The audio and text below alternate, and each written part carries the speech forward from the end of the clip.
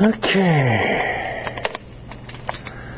And here we have my classroom. Now I'm coming in the door that I normally come in. I have another door at the other end that I don't let students use because it's so close to the computers, my computer. And it would make too much of a traffic congestion in that area. But way down there at the other end is my desk, I call it my office. When you hear me say back at the office, that's where I'm talking about.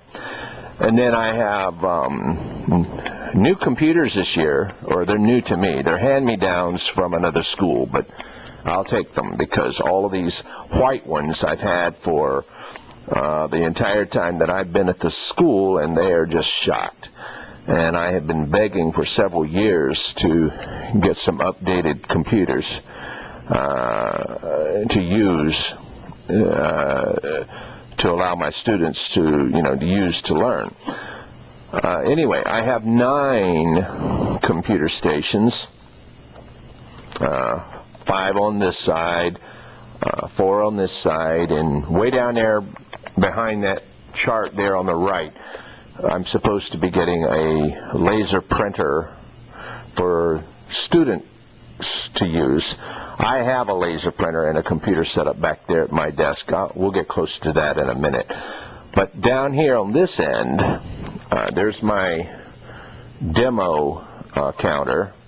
And get this, when the people built this building, built this room, they didn't even bother putting an electrical switch or an electrical outlet, an AC outlet, for me to plug in a blender or a mixer or anything like that. Can you imagine that? A demo table without an electrical outlet. And look where they put the whiteboard of my room. Way down there. And they put the TV, and there used to be a pull-down projection screen there, but I took it down because it was just in absolutely the wrong place. If I had designed this room, I would have put the whiteboard kind of over here, and I would have put those 2 stations, say, down at the end of the room, and then I would have put the TV over in the middle area rather than down there. But they got my desk and everything. There's just no practical way to use that whiteboard. So I bought portable whiteboards that I station at different parts of the room, and I use them where I need them. And, well, you just have to learn how to work. Down at this end, yes, I do have a set of laundry machines, and I use them religiously. Okay, and then I use recycle bins in my room. Tin cans, boxes. The art teacher likes to use these, and other teachers can use these. The art teacher can put paint and stuff in these things, and I actually bake cupcakes in these. Run them through the dishwasher and make sure there's no rust or food particles in there, and use them to bake cupcakes and stuff. The kids get a kick out of that. Plastic bags.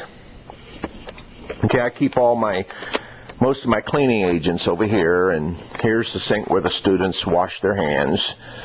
I keep an ironing board set up all the time because all the time there's somebody who needs to use the iron.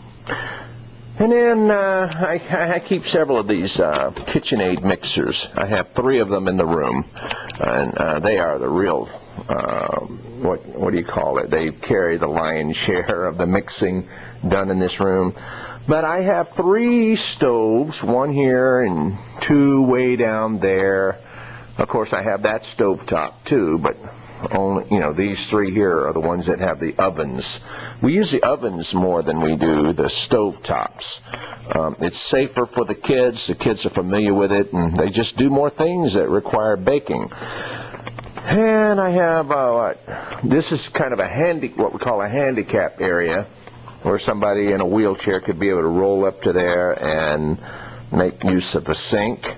But they didn't design a cooking area for that. And how did they get away with that? I don't know. But this was a prototype school, the first one of its kind that was built in the county, and so the others that followed, they made modifications in architecture and blah, blah, blah accordingly. So, but I have 1 refrigerator, and So one dishwasher, loads and loads of cabinets. This kitchen was not very well equipped when I first got here. So I've ordered lots of equipment in the time that I've been here, lots of stuff. I like to have variety on hand so that I can, teach on the spur of the moment whenever, those teachable moments arise. But I usually do my demonstrations right here at this counter, and I have the students kind of sit around here, and like I'm up here playing like I'm Paula Deen or Emerald or Rachel Ray, and then of course this thing right here gets in the way. You don't know how many times I hit my head into that thing. I really now at the other end of the room, now when I'm way down there and the phone is ringing way down here, I let it ring. I'm like, look, if it's that important, you can call me over the intercom or leave a voicemail. But down here, there's my phone, printer, computer, and I keep my work. I'm always working on something, so I keep it. Okay. I got a note here. We'll start moving old computers tomorrow after lunch. Excellent. And so I have to manipulate this space here a bit so that I can get the most work done in the shortest amount of time. I've always got something going on. This here is really a weaving rack. I may let the kids do some weaving this year. I hope to order 2 or 3 more, and where the kids can weave some tapestries. I've got sewing machines in here. Yes. From time to time, I do get kids who take up an interest in that, and I'm ready to teach it. And then we can get the basics and let them actually try to construct something. Maybe another time I'll show you some of the stuff that we've made in here. And then these some quilting that we've done, or some applique, it could be called. And then we've done some projects using burlap and yarn, and then for people who get into clothing design, I try to show them, yeah, I made this. I put it together using scrap fabric. It's a shirt. It's a pullover shirt, a scrub shirt. And so I try to show the kids that, if you got the pattern, and you've got the fabric, that if you, some basic skills, you can make something like this. Okay, there's my storage closet right over there. And then another one right here, okay, and then a little cabinet. I've got file cabinets, some short file cabinets. These I usually let the students use to keep their stuff in, so I've got them numbered according to the period.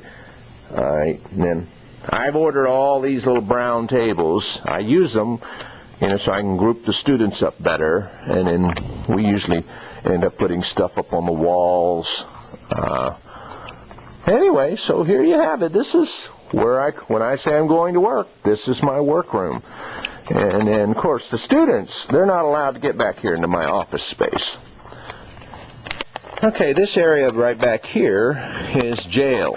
And if I tell a student, you've got 5 minutes of jail time, well, this is what they have to do. They come back here to sit, where they can see the clock, and they know that jail time is kind of like timeout. It's an opportunity for them to change something about their behavior.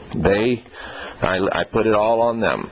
And sometimes I'll tell the student, sit back there as long as you think you need to. When you're ready to rejoin your group, go for it. And I let the student make the decision. And usually it works out well. I believe in giving students a chance to reflect and change something about, something that's inappropriate about their behavior. Okay, now this is my space, and of course, my Philippine trinkets, and yes, I will have pictures of my husband here as soon as I get some new ones. And I'm very open about that. People ask me who that is. That's my husband. That's my family. That's who I go see when I'm in the Philippines. And I don't usually end up having to carry a long conversation about that. It's all pretty cool. And then I go on about my business. So there you have it.